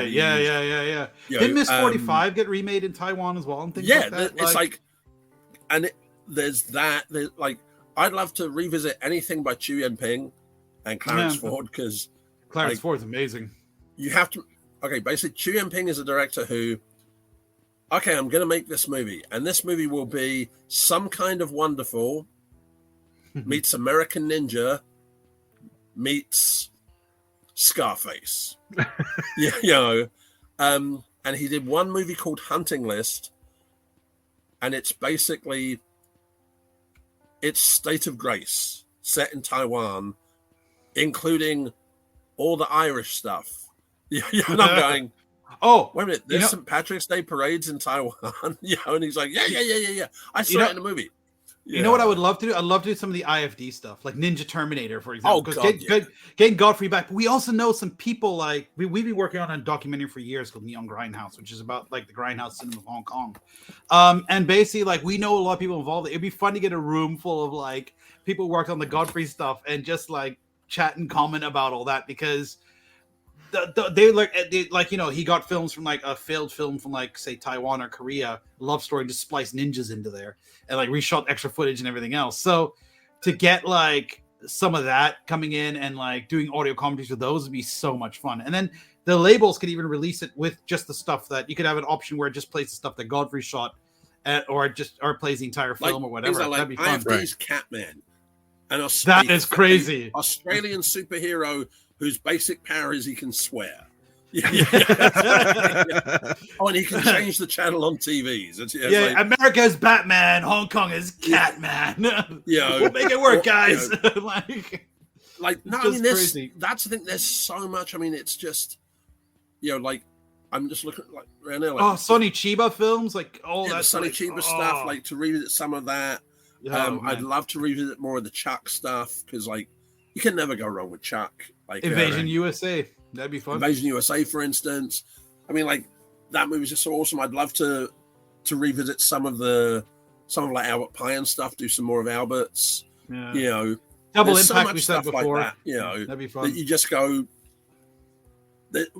And what's been nice, say with Kino Lorber, etc., is we're getting to do stuff like it was great to revisit Hard Target, and then to do Braddock and to do the other Chucks and everything. And there's other stuff that they've got on their books. I'm like, I want to do this, There's just, I said, we really, that's the problem. I think there's so much we'd love to revisit, Right. Can we talk? We did a European film recently. I don't know if we can say what it is, which one we did. Can we say it or no?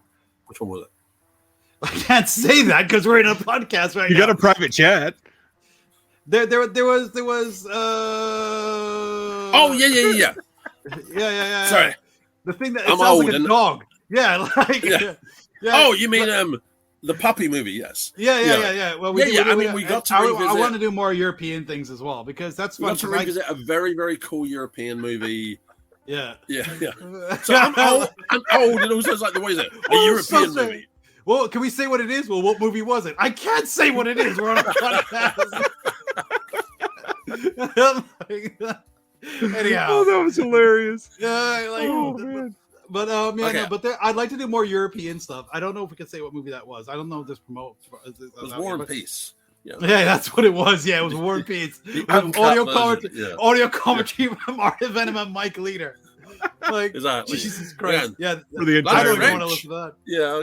Yeah. No, I mean, but that's the fun. fun. There's so much like I just got to revisit Swordkill, Ghost Warrior with Brandon for Kino Lorber. I mean, there you go. I mean, time traveling samurais. You can't go wrong with that. It's ludicrous stuff is fun. So I'd love to I'd love to do Break-In by Canon. I'd love to do Breakdance the movie. Break-In. It's like Breaking. Yeah. Like Jean-Claude's in that, isn't he? Jean-Claude. That's the lost Very canon briefly. martial arts movie. Okay, you've got the student of a traditional style who meets two unorthodox masters of their own style. She trains with them, develops her own style, and at the same time meets Michel Kisei, aka Tong Bo, Jean-Claude, and then they go to a redneck bar where they meet the Chuck Norris stunt team. Yeah, it's yeah. Talk about that. You know the weirdest thing that Mike ever said to me? He goes, yeah. Like I was talking about video games. He goes, yeah. You know when they cheat at Dance Dance Revolution? I go, no, I don't know the way they cheat at Dance Dance Revolution. Why do you know this? And I got this image in my head of Mike Leeder going like dance on the pads for Dance Dance Revolution at the arcade halls. Because that would be a very strange and what's image wrong indeed. with that? And I don't know. It just doesn't seem. I seem like he'd play like Street Fighter or something like that. It wouldn't be like the first. No, thing I did used to take the guys from the Jackie Chan video game to play the Jackie Chan video game. Yeah, which was very weird because that video was. But no, I mean, there's so much. I mean, there's like TV series I'd love to revisit the audio commentaries for. There's some movies there's a movie called By the Sword with Eric Roberts and F. Murray Abraham. I'd love to revisit. It's an awesome sword fencing movie. There's a movie called what the fuck is it? The name of the movie? There's time. It's a movie with Peter Coyote called Exposure. Yeah, and it begins as an artistic movie about a photographer in South America. And then 10 minutes into the movie, he gets horrifically stabbed. So he tracks down Checky Cario to teach him knife fighting.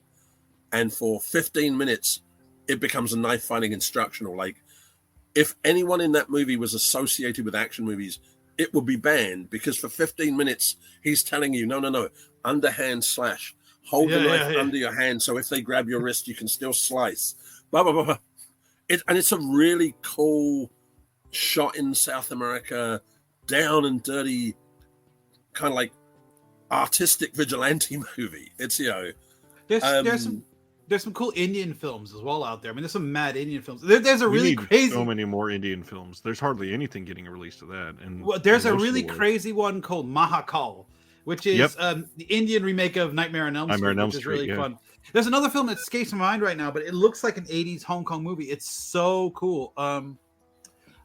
The name escapes my mind, but it's about this guy. He starts off in a village, and later on he grows up to be a big gangster and it becomes this crazy gangster film, and it's shot beautifully. A lot of Indian films are shot really well because they're shot in 35 millimeter. They look gorgeous, and they had the manpower to make them look gorgeous. But a lot of stuff from the 80s and the 90s from India. There's some hidden treasures Ryan, there. what movies would you like us to do the audio commentaries? Yeah. What movies would you like us to do the audio commentaries for? I mean, honestly, if we like you, we will come to your house and do them in person.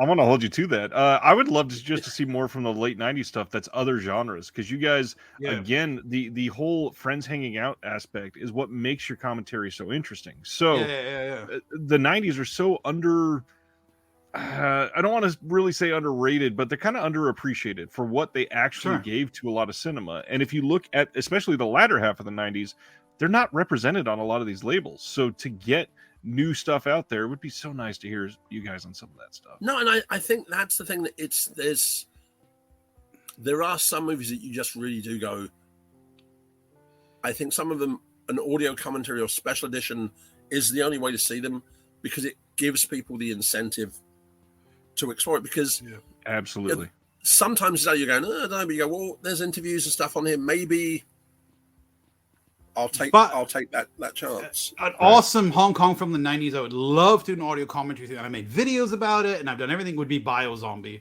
I love Biozombie. The first Hong Kong celebrity I ever really met was Sam Lee. It was in a club called Magazine here, which is gone. And I started talking about movies, and he was like, "Oh, this is nice." I was like, "Yeah, I love Beast Coast. I love you in Biozombie." And he just like went, "Oh yeah, Biozombie, zombies." He's doing all the zombie stuff and everything else in the middle of the club. I was like, "This is great." We end up talking about music and everything else, but Biozombie, that's a big one that I want to do, like an audio commentary. In that case, I want to do Biocops. Biocops is a terrible freaking movie. Like Biocops was Wong Jing going, "Aha, Biozombie's good. I will make Biocops." Exactly, and they shot Biocops in 7 days because it's like Biocops is Biocops like the zombie things have become big, and he tanked it with that. So, but Biozombie, it's like I don't know if you've heard about this film. It's like Dawn of the Dead, but in a Hong Kong mall. Yep. So it's and they're selling pirate VCDs. Yeah, and video games in the movie. Yeah. And that mall's actually. Circle. That mall's really close to where I live, so it's I'd love to see if I could. I'd love to see the Troublesome Night films, but I don't think those are ever going to come out because 1 to 6, especially Herman Yao directed them, who did like all the films. But I don't know if there's an audience for that in the West. I'm not sure because that's Simon Loy and all that stuff, and who's one of my favorites. That's the problem that it's sometimes trying to release a movie to introduce people to like Story of Ricky or say Seventh Curse is a great introduction to a lot of people for a category 3 movie because you're going, come on guys, there's recognizable stuff in it. We're going to take you on a wild ride. Some of those movies, if you release them without a precursor, people are just going to go, I don't get. The Troublesome Night, you've got to be so used to Hong Kong. Yeah, that's the problem. Yeah, because like one of the mad things of Hong Kong, like we've discussed before, is like when you first come to Hong Kong, you'll see people burning money for the dead. You're like, okay. Yeah. Then you'll see people burning cardboard replicas of Blu-ray players so that I will have a Blu-ray player in the afterlife. And then you'll see Arne burning a cardboard Amy Yip so that Amy Yip will accompany me in the afterlife. She makes money off those too, by the way, those cardboard things. And it's true. And then there's a place in Hong Kong where a group of old ladies sit, and I can go there and I can write Arne Venema's name on a piece of paper, and the women will start beating it with their shoe to bring Arne bad luck. Not that I've ever done that, Arne. Yeah. No. Like fall off a skateboard, though. Like, Can I talk? I literally was skateboarding in a parking lot somewhere, and like everything was fine. And this random piece of trash got in between the trucks and the wheels of the skateboard, and I fell forward off the skateboard, and my shoulder hit the concrete like a jackhammer, man. It was crazy. The worst. Oh, the guy I was skateboarding with was Mike Chan, not the Michael Chan, the from all the Triad films, but Michael Chan, who's been in a bunch of other Hong Kong films, and he did a film called Sifu versus Vampire. That would be a fun one in audio commentary for, because it's absolutely mad, that movie. So, he plays a vampire in that. And Mike Chan's just a very interesting character at the best. Yeah. There's so many. Yeah. I'm keen to give you your days back. I don't want to take all of your time from you. The big question: what has been announced that you want to get people excited for? Is there a list of stuff that you know that you got coming up? Oh well, Yes, Madam. So, it's really cool. Yeah, Yes, Madam, and Royal Warriors. Yeah. Which were great to revisit, and I said there's going to be some cool special features on there from us. Yes, location video on that. Yeah. I said so for Kino Lorber, we were able to contribute to the Braddock release. I'd have loved to have done all three. Yeah, but, I love that. They got the directors involved for the first two. I mean, what do they know? Those guys. It's like then Sword Kill, which is coming out, which is me and Brandon Bentley. Then there's I said we're doing a very cool movie this week. All I can say is it involves a mullet. Yeah. And I think they're gonna announce it this week. Nice. And there's a bunch of other stuff that we've got that's still coming out from other companies. Sometimes the hard thing is we don't always know the release dates. New One-Armed Swordsman as well from TVP. Yeah, New One-Armed Swordsman in Germany.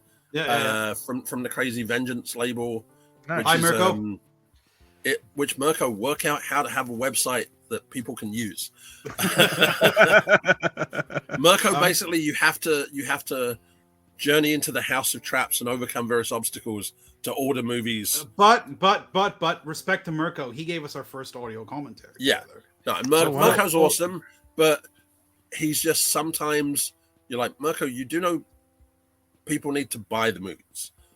Yeah, like if you made your interface a little bit more user friendly, it would help things. Germany's got a lot of those that just they don't advertise a lot of them well. Well, I think sometimes because a lot of the German titles are, shall we say, gray areas. Americans are all legit. I think the reason is Yeah. that when they sign the contracts, there's parallel import issues, right? So Yeah. if you release it in Germany, you're not supposed to release it in the United States of America, and that's probably why their websites. And that's also something that sometimes I don't think people get, because you often get people going, "Oh, how come this release doesn't have English subtitles?" Like, Exactly. Because I've licensed it for France. It's not for you. If I license with English subtitles, I've got to pay for all the other territories that can use it. And it's like when people started complaining, like, "Oh, well, Eureka's already released this movie. Why is 88 releasing it in America? Or why is Vinegar Syndrome releasing this?" And you go, they're different territories, guys. Yeah. It's,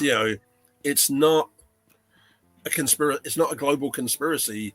It's just it's how business. It's a movie business still. Yeah, it's how the business I've got the rights works for this movie. And it can, okay, look at when they did the Watchmen movie.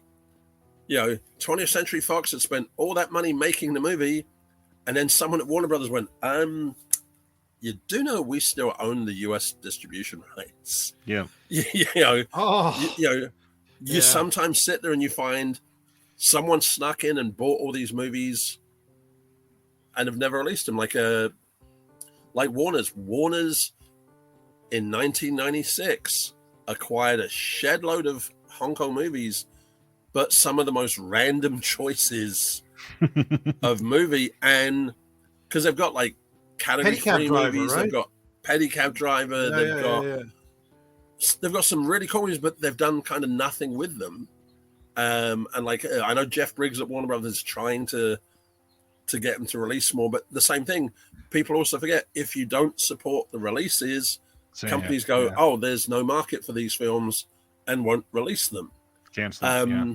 And I think sometimes that is the issue, that it's easy to sit there and go blah blah blah. But I remember the days where you'd be like, "Okay, well, I've bought this version and it's all in Chinese.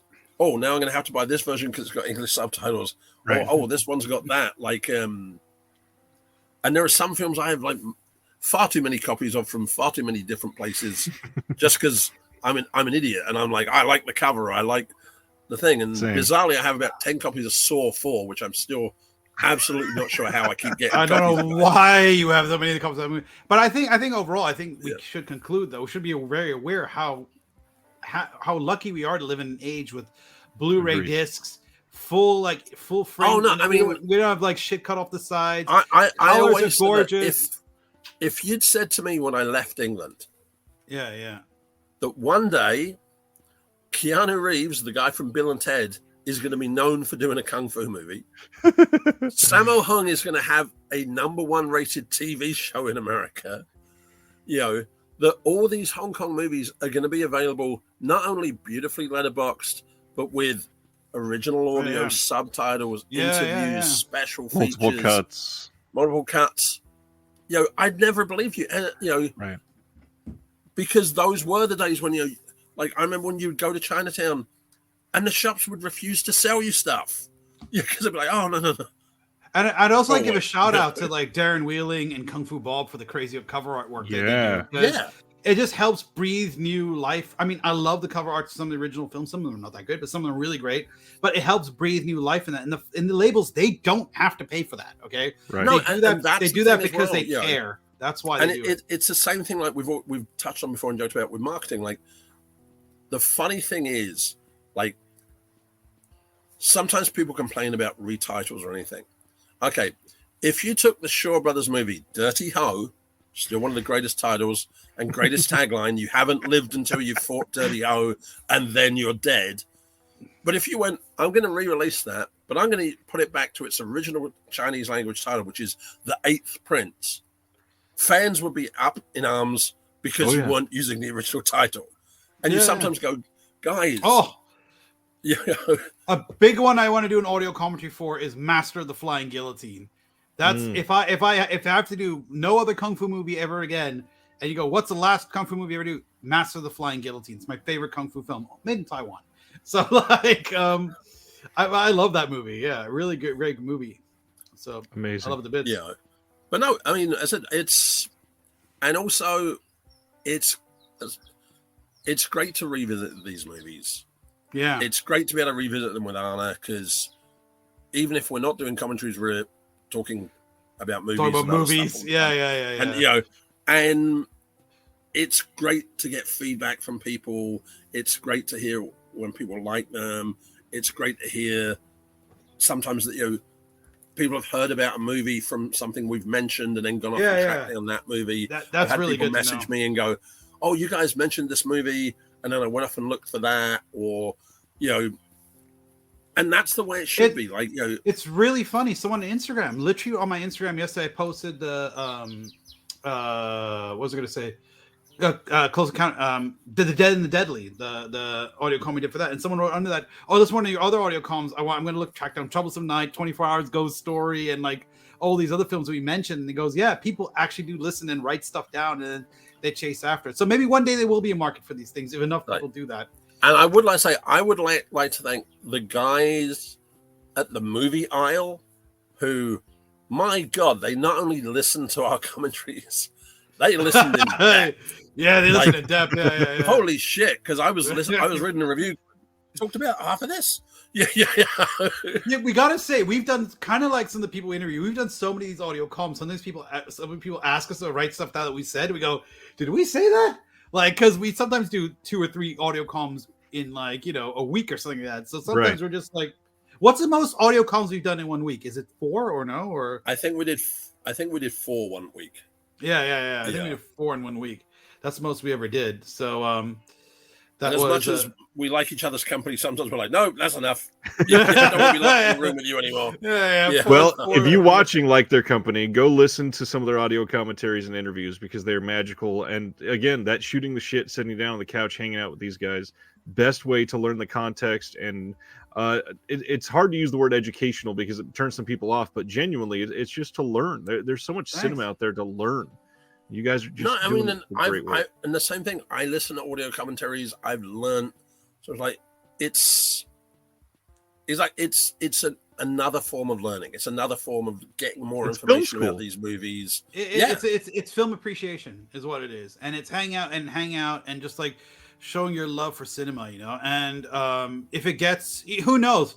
The ultimate thing for us, I think, would be, well, for me, maybe Michael will say the same thing, is one day someone watched these things and they themselves ended up making movies and they go, "Oh, I got into these kind of movies because these guys were talking about it." That for me would be like the ultimate. No, exactly. And that's the thing. And it's, like, I sometimes, same thing is, I can't understand why people are reluctant to admit that, "Oh, I was introduced to this movie like this. I was introduced to that." Like, I didn't grow up as a fan of Kung Fu movies. I hated Kung Fu movies. And then I bunked off school with my friends and we watched a double bill of Snake and Eagle Shadow and Drunken Master. And that made me a fan. I was like, holy shit, I've got to watch these movies. Yeah. The same way I was never a fan of Bruce Lee because the UK edits of Bruce Lee I saw were really badly edited. Right. It was only when I was in Hong Kong, we were talking about it, and Sammo Hung heard me say that I didn't like Bruce Lee movies. And the next day I was given the privilege of sitting in Sammo's office with him showing me Bruce Lee movies and telling me why Bruce Lee had changed the world and changed cinema. And I was like, this is genius. This is fantastic. And you go, he's like, there's so much you can learn and there's so much you can share. And, it's just great. It's a privilege to be able to do them. Yeah. It's great fun doing them and just keep the culture alive, man, by doing it. That's a privilege. Like, keeps the interest, and us buying these are what allows it to keep going too. Yeah, exactly. So, and these companies are paying to do things and restore them and everything else. And the funding in right now in Hong Kong, or the interest in Hong Kong, is not there for that. So, the companies in America and the UK and Germany and wherever else, France, they're the ones. Yeah, I mean, in Hong Kong, to try and get a company to put extras on a film is almost impossible. They're like, if we've shot a making of, okay, we'll maybe slip it on there. We're done. Yeah. You talked about, well, we're going to do interviews, we're going to do audio commentaries. They're like, why? Yeah. Why would you? It's a weird thing. Yeah. It's a weird So, thing. yeah. But anyway. Yes, being appreciative of what we have is one of the best ways that we could end this. So thank you guys for all your time. Thank you for Thanks for having us. all your work. Thank you for having us on. It's been amazing. a pleasure, sir. I hope you'll come back. Thank you. Absolutely. Love to. We'll talk Thanks, again Ryan. soon. Have a good one. Take it easy. Bye-bye. Bye-bye.